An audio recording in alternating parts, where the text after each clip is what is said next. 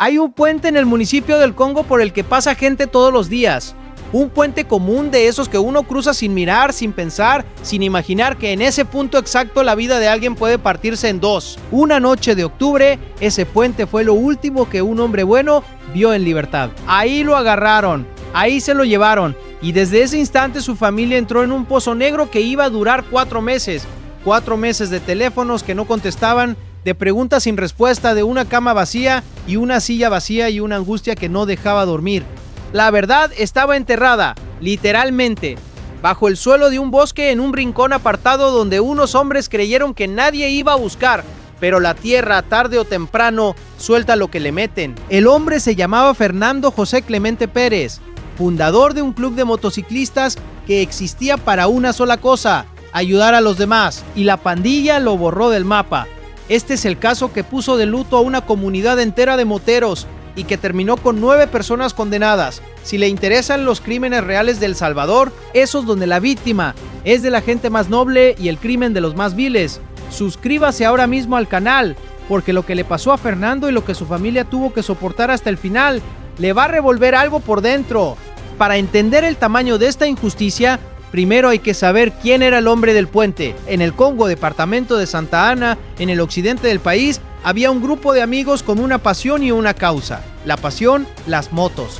La causa, la gente. Se juntaron y formaron un club, Los Ángeles del Congo. Hombres y mujeres normales, trabajadores, que los fines de semana se subían a sus máquinas, no para presumir ni para armar escándalo, sino para hacer recorridos solidarios, para llevar una mano a quien la necesitara, para hacer algo bueno con su tiempo libre.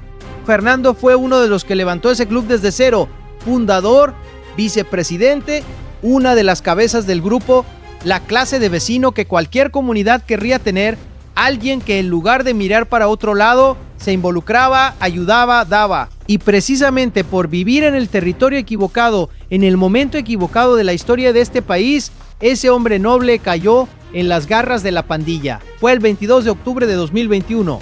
Fernando iba con 2 amigos cuando en el puente del Congo un grupo de sujetos los interceptó y se los llevó a los 3, privados de libertad, así de golpe. Un instante antes eran 3 personas viviendo su día. Un instante después, 3 desaparecidos en manos de una estructura criminal. No fue solo él. Quiero que eso quede claro, porque a veces la historia se cuenta como si hubiera sido una sola víctima, y fueron 3 las familias que esa noche empezaron a morir por dentro. 3 teléfonos marcando sin respuesta. 3 casas donde alguien no volvió a llegar.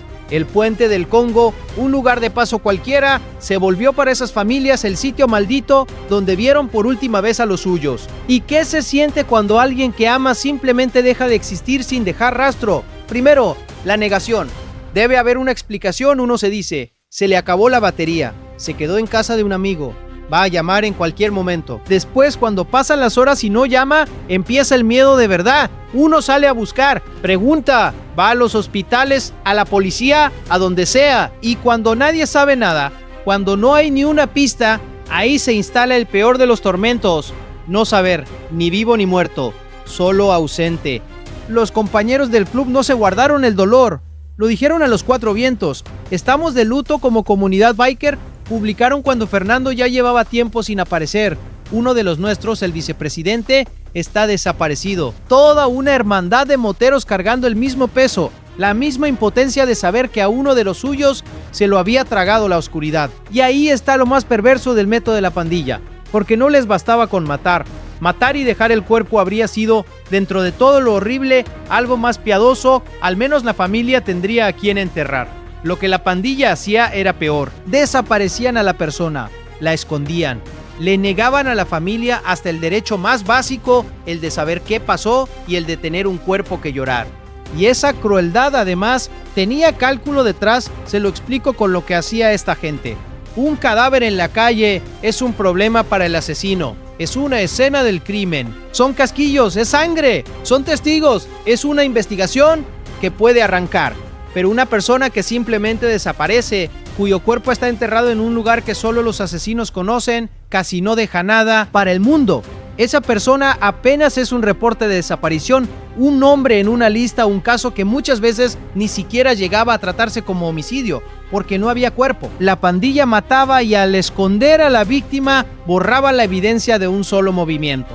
Por eso llenaron el país de fosas clandestinas, cementerios secretos en cerros, en cañaverales, en montes apartados, donde fueron amontonando a sus muertos. En algunos departamentos de El Salvador, la fiscalía ha llegado a contar decenas y decenas de casos de desaparición y homicidio atados a la pandilla. Personas tragadas por la tierra a propósito para que sus familias jamás las hallaran y para que la justicia jamás las alcanzara. En una de esas fosas terminó Fernando, y así fue como lo encontraron. Pasaron 4 meses, 120 días largos en los que su familia vivió colgada de un hilo, hasta que la fiscalía dio con su cuerpo. Estaba en una fosa clandestina, semienterrado, en una zona boscosa del municipio de Coatepeque, en ese mismo departamento de Santa Ana. Lo habían metido bajo tierra en medio del monte, en un rincón donde sus asesinos apostaron a que nadie miraría nunca. Fíjese en lo que implica esa palabra, fosa. No hablamos de un crimen impulsivo, de un disparo en caliente y a correr. Hablamos de algo pensado. Alguien tuvo que llevarse a Fernando, retenerlo, decidir su muerte, ejecutarla y después conseguir una pala, cavar un hoyo, meter el cuerpo, cubrirlo y escoger con cuidado un lugar del bosque lo bastante escondido. Eso es sangre fría en estado puro. Es el trabajo de una organización que ya tenía práctica en hacer desaparecer personas, que sabía dónde y cómo enterrarlas. Coatepeque, con sus bosques y sus rincones solitarios, era uno de sus escondites. Y hallar una fosa así no es cosa de suerte. Un cuerpo bajo tierra, en medio de la nada, sin nada en la superficie que lo delate, puede quedarse oculto años o para siempre. Encontrarlo exige información. Exige que alguien suelte el dato, exige que los investigadores lleguen al punto exacto donde el suelo fue removido. Y exige después la parte más ingrata, excavar, extraer los restos, procesarlos con cuidado. Un trabajo que revuelve el estómago, pero que alguien tiene que hacer para que una familia deje de vivir en la incertidumbre. Después vino el momento más duro y a la vez más necesario, porque un cuerpo que lleva 4 meses enterrado ya no se reconoce con solo mirarlo. Había que estar seguros. Se hizo una prueba de ADN, comparando el material genético de los restos con el de la familia, y el resultado cerró la última puerta de la esperanza. Era él, era Fernando. Esa prueba fue al mismo tiempo la peor noticia y la más importante. La peor porque mató de golpe cualquier ilusión de que siguiera vivo. La más importante porque sin ese nombre no habría habido justicia. El ADN convirtió una fosa anónima en un caso con nombre y apellido. Le devolvió a esos restos su identidad, Fernando José Clemente Pérez, y con esa identidad, la justicia pudo empezar a moverse. Y ahora le voy a contar el golpe final que recibió esa familia. Uno que cuesta creer. Cuando ya todo apuntaba que iban a poder despedirlo, cuando ya había fecha para entregarles el cuerpo y velarlo, a última hora se los negaron. Después de 4 meses de infierno, después de encontrarlo, después de confirmar por ADN que era él, cuando solo faltaba el consuelo mínimo de darle sepultura, ni siquiera eso llegó a tiempo. Los días son dolorosos para la familia, escribieron sus compañeros, ya con fecha para entregar el cuerpo, y a última hora salen con que no. Póngase en el lugar de esa madre, de esos hermanos. Ya lo perdieron, ya lo lloraron sin cuerpo durante meses, ya recibieron la confirmación de que estaba muerto, y cuando por fin iban a poder abrazar el ataúd, a darle un funeral, a dejarlo descansar, les dicen que todavía no. Un dolor más, apilado sobre la montaña de dolores que ya cargaban. La burocracia de la muerte violenta, interponiéndose entre una familia y su derecho a enterrar a su muerto. La comunidad biker estaba lista para acompañarlo. Iban a hacerle el último recorrido, a despedirlo con el rugido de sus motos, como se despide a un hermano de ruta. Y también tuvieron que esperar guardar el luto en pausa. Un agravio más para gente que solo quería honrar a su amigo. Hasta aquí, esta es una de esas historias que dan rabia porque parecen quedar sin castigo, pero no. Esta vez hubo justicia y le voy a contar cómo. Los que hicieron esto eran del barrio 18 Sureños, la pandilla que dominaba esa parte de Santa Ana, y la fiscalía fue tras ellos con todo. Reunió las pruebas, siguió los rastros, construyó el caso. Por el secuestro y el asesinato de Fernando, 9 personas terminaron condenadas. 7 de los pandilleros ligados a este crimen fueron capturados y llevados ante un tribunal para responder por lo que hicieron. No se escondieron para siempre, no quedaron impunes, la ley los alcanzó. Y estas capturas no fueron un hecho suelto, sino parte de una ofensiva mucho más grande contra la pandilla en esa zona. Hubo una operación policial bautizada Operación Lago, en la que la policía y la fiscalía cayeron sobre más de 100 miembros del barrio 18 sureños de Santa Ana, vinculados a varios homicidios del departamento. El propio ministro de Seguridad lo anunció. Gracias al trabajo de la policía junto a la fiscalía, se ejecutó la Operación Lago con la captura de más de 100 sujetos de la pandilla 18 sureños, ligados a varios homicidios en distintos lugares de Santa Ana y otros crímenes. Más de 100 pandilleros de una misma zona, barridos en una sola operación. Y entre todos los crímenes que se les achacaban, estaba el de Fernando, el del motociclista solidario enterrado en el bosque de Coatepeque. Los asesinos de Fernando eran engranajes de esa máquina, de la misma estructura que durante años tuvo secuestrada esa región, que repartía muerte a su antojo, que se llevaba gente en los puentes y la sembraba en el monte. Esa máquina es la que el Estado se propuso destruir, y al destruirla cayeron también los que mataron al hombre del club de motos. Y dese cuenta de la escala. Fernando no fue víctima de un delincuente solitario que actuó por su cuenta. Fue víctima de una organización con más de 100 miembros solo en esa zona, con jefes, con territorios, con un método aceitado para desaparecer personas. Una estructura tan poderosa que podía mantener sus propios cementerios ocultos. Contra eso se cruzó Fernando, no con un hombre malo, sino con toda una maquinaria del terror. Y aquí, como en cada video, le hablo con la verdad por delante. La condena por el crimen de Fernando es un hecho. 9 personas fueron sentenciadas según la propia fiscalía. La desaparición en el puente, la fosa de Coatepeque, los 4 meses de búsqueda, la identificación por ADN, todo está documentado en los reportes oficiales y en lo que la misma comunidad de moteros narró cuando ocurrió. Le doy los hechos tal como son, sin inflarlos ni recortarlos. Ahora quiero que piensen algo, porque es la clave de por qué este caso importante. Fernando no tenía nada que ver con el mundo del crimen. No era pandillero, no era de una clica rival, no le debía nada a nadie. Era un ciudadano de bien, un trabajador, un hombre que usaba su tiempo libre para ayudar montado en una moto. Y aún así lo mataron. Porque en aquel El Salvador la pandilla no pedía razones. Bastaba con cruzarse en su camino. Bastaba con estar en el puente equivocado a la hora equivocada. Bastaba con tener algo que quisieran, o con haber visto algo, o con nada en absoluto. Ese era El Salvador que estas estructuras habían fabricado.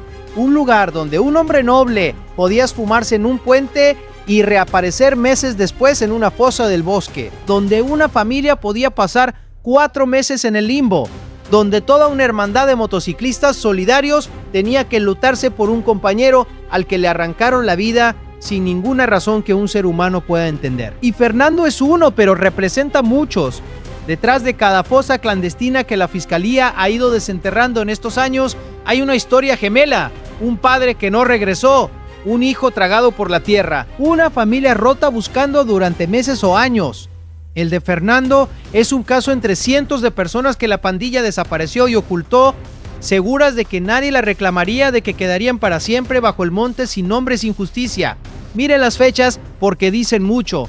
A Fernando lo desaparecieron en octubre de 2021 y lo hallaron a comienzos de 2022. Y fue en 2022 cuando este país dio un giro de raíz, cuando el Estado le declaró la guerra abierta a las pandillas y empezó a perseguirlas sin descanso. El crimen de Fernando quedó justo en la frontera entre dos épocas, la del terror que todavía gobernaba las calles y la de la justicia que empezaba a caerles encima como una losa. En el país de antes, este crimen se habría perdido.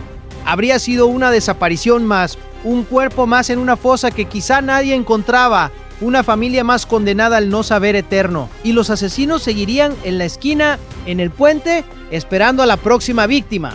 Así fue durante años. La pandilla mataba, escondía y continuaba tan campante, blindada por el miedo que ella misma sembraba. Pero a los que mataron a Fernando les tocó el país nuevo. Les tocó la captura, el juicio, la condena. Les tocó dar la cara por el hombre que enterraron en el bosque, pensando que jamás lo hallarían, convencidos de que la tierra se quedaría callada para siempre. No se quedó callada, la tierra soltó a Fernando. La fiscalía encontró la fosa, el ADN le puso su nombre a esos restos y la justicia mandó a sus asesinos tras las rejas. El secreto que esos hombres creyeron sepultado fue al final la cuerda de la que la justicia tiró para hundirlos. Y termino con lo que de verdad pesa en esta historia. por encima de capturas y condenas. Fernando José Clemente Pérez no regresa. Ninguna sentencia lo trae de vuelta. Su club se quedó sin uno de sus fundadores, su familia se quedó sin un ser querido y encima cargó con 4 meses de tortura y con el golpe final de que ni el cuerpo les dieron a tiempo. Ese daño no lo borra ningún año de cárcel. No hay condena que le devuelva a esa madre las noches en vela, ni a esos moteros el amigo con el que ya no van a rodar. Pero al menos hoy, los que le hicieron esto no andan sueltos por el Congo buscando al próximo Fernando. Al menos la comunidad que se vistió de luto vio que el crimen no quedó impune como quedaban antes tantos. Al menos esa familia sabe que los culpables tienen nombre, rostro y una condena que purgar. Y al menos Fernando, después de 4 meses bajo tierra en un bosque, reposa hoy en un lugar con su nombre, donde los suyos pueden llevarle una flor en vez de pudrirse en una fosa anónima en el monte. Un hombre que gastaba su tiempo en hacer el bien, acabó enterrado en un bosque por gente que solo sabía destruir. Durante años, crímenes así se quedaban sin respuesta en este país, que hoy, en el caso de Fernando, sí exista una respuesta. Es la mejor prueba de cuánto cambió El Salvador. Si quieres seguir cada caso, cada crimen y cada condena que mueve a este país, suscríbase al canal, active la campanita y déjeme abajo una sola cosa. Para los que secuestraron a un motociclista solidario y lo enterraron en una fosa del bosque, ¿le parece justa la condena que les cayó? Escríbame sí o no.